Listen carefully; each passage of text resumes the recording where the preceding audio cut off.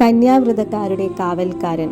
വിശുദ്ധ യൗസേപ്പിനെ പൗരാണികരായ ഗ്രന്ഥകാരന്മാരും കലാകാരന്മാരും പരിശുദ്ധ കന്യകയേക്കാൾ വലിയ വൃദ്ധനായി ചിത്രീകരിച്ചിരുന്നു.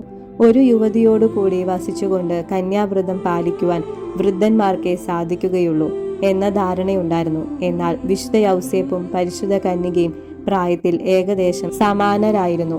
വിശുദ്ധ യൗസേപ്പ് പ്രായാധിക്യത്താൽ ചൈതന്യമറ്റവനായിട്ടല്ല ജീവിച്ചത്, മറിച്ച് യൗവനയുക്തനായ അദ്ദേഹം ദൈവപ്രചോദനത്താൽ പരിപൂർണ വിരക്തി പാലിച്ചുകൊണ്ട് ജീവിക്കാൻ ദൃഢനിശ്ചയം ചെയ്തിരുന്നു.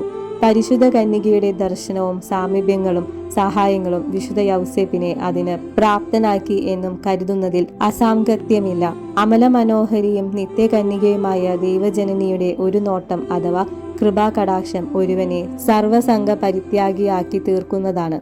കൂടാതെ ദൈവത്തിന്റെ അനന്തജ്ഞാനത്തിൽ പരിശുദ്ധ കന്യകയുടെ കന്യാവ്രത പാലനത്തിനുള്ള ഒരു തിരശീലയായി അഥവാ കാവൽക്കാരനായി വിശുദ്ധ യൗസേപ്പ് തെരഞ്ഞെടുക്കപ്പെട്ടു. യഹൂദ ആചാരപ്രകാരം ഒരു യുവതി അവിവാഹിതയായി ജീവിക്കുക ഒരു ധാർമ്മിക ചൂതിയായിട്ടാണ് പരിഗണിച്ചിരുന്നത്. അവിവാഹിതയായ ഒരു സ്ത്രീ ഗർഭം ധരിച്ചാൽ അവൾ കല്ലെറിഞ്ഞ് കൊല്ലപ്പെടണമെന്ന് പഴയ നിയമം അനുശാസിച്ചിരുന്നു.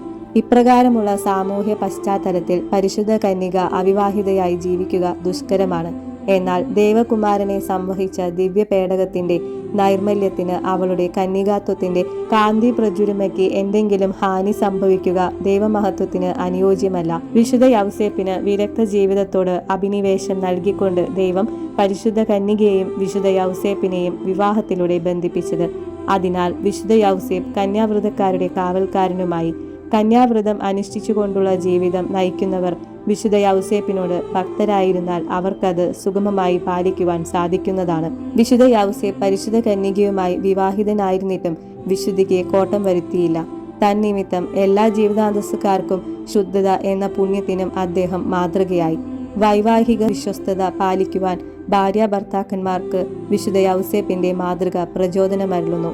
വിരക്തർക്കും പരിത്രാണ പദ്ധതിയിൽ സ്ഥാനമുണ്ട്. ഹൃദയശുദ്ധിയുള്ളവർ ഭാഗ്യവാന്മാർ, അവർ ദൈവത്തെ എന്നും കാണും എന്ന ഗിരിപ്രഭാഷണ വാക്യവും അനുസ്മരിക്കേണ്ടതാണ്.